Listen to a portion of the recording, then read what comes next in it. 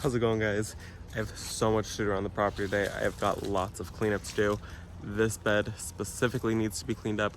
We do have a guy coming out here at the end of the day to give us a quote to possibly get this tree removed.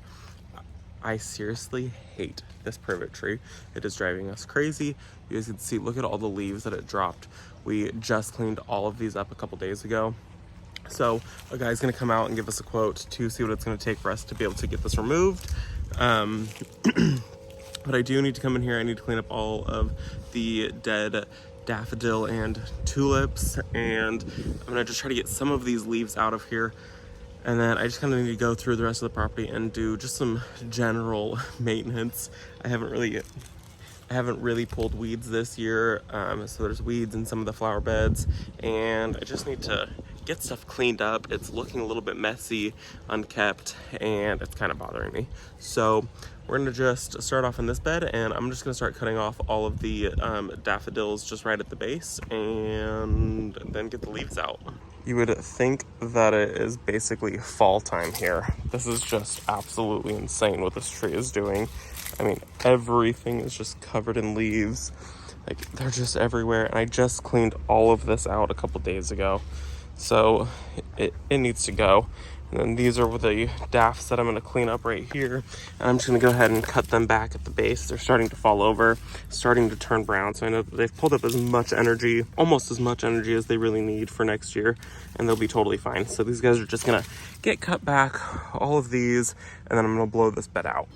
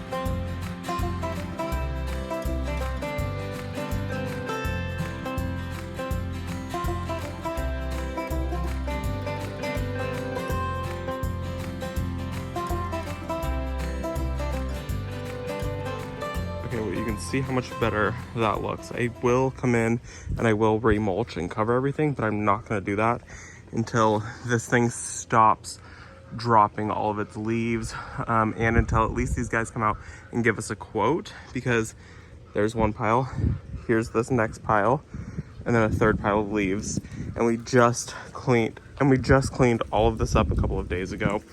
And I blew this bed out maybe a week ago, and this is what has happened. This tree is seriously ridiculous. I cannot wait for this thing to go. I'm really hoping that these guys give us like a decent price on it. I don't know what it costs to remove a tree, so we'll see. They'll be by today, probably 4 or 5 o'clock, and I will give you guys an update on what it's going to cost to remove this, on what they say, and whether we're going to do it or not. I'm hoping maybe less than $1,000. We'll see. I highly doubt it though. This tree is pretty tall and they're not gonna be able to get any equipment back here. So we'll see, fingers crossed. Okay, so now that that bed is done, that was kind of my biggest concern. You can see that there's still lots of leaves and things that have fallen just in a matter of minutes. But I'm gonna now take some seedlings and I'm gonna pop in holes that are missing some plants. So this was supposed to be all Lisianthus, but that hasn't worked out very well for me this year. So anywhere that there's holes, like that one on the edge, a couple of these random ones here and there, and like there's a hole in the poppy bed. I'm gonna just start popping zinnias in everywhere. But everything is looking pretty good, and you guys can see we finished the black fence, so it's really, really beautiful now. All that's left to do is this side. We have to replace the fence from here all the way down, and then we have to get boards on the back side of the fence on this section. But I've already painted from there to there, so all that's left to do is to get it to right there, and then we'll work on replacing all that. So let's go ahead and start popping some flowers in here, and I'll show you guys what I've done. Okay, so pretty much every zinnia that I had direct sown didn't make it. So in here I have Benary's Giant Pink, Benary's Giant Purple, so 2 different in here. And then over here I have Benary's Giant Zinnia with what is it? Benary's Giant Lime, Queen Lime Red, and Benary's Giant Coral. And then I'm gonna go ahead and pop out some of the Gomphrena that I have left over. They look terrible. Look at, it's got one flower. So I've got a purple one here, and then I have 3 white ones here. So those are also gonna get popped in there. And then I have 2 trays right here of some cosmos. So I have, who do I have here?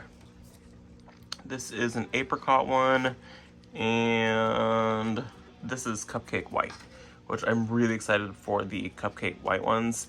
I didn't even direct sow any of those, so I just knew I was going to start them from seed, even though they're super easy to direct sow. And then here I have Double Click Snow Puff and Rubenza, which is like a red one. And my fountain is making a weird noise. Ooh, gotta check that out. But these will also get in the ground here. But I'm going to start with these zinnias because they just make such more of an impact than the cosmos do, even though I really like cosmos.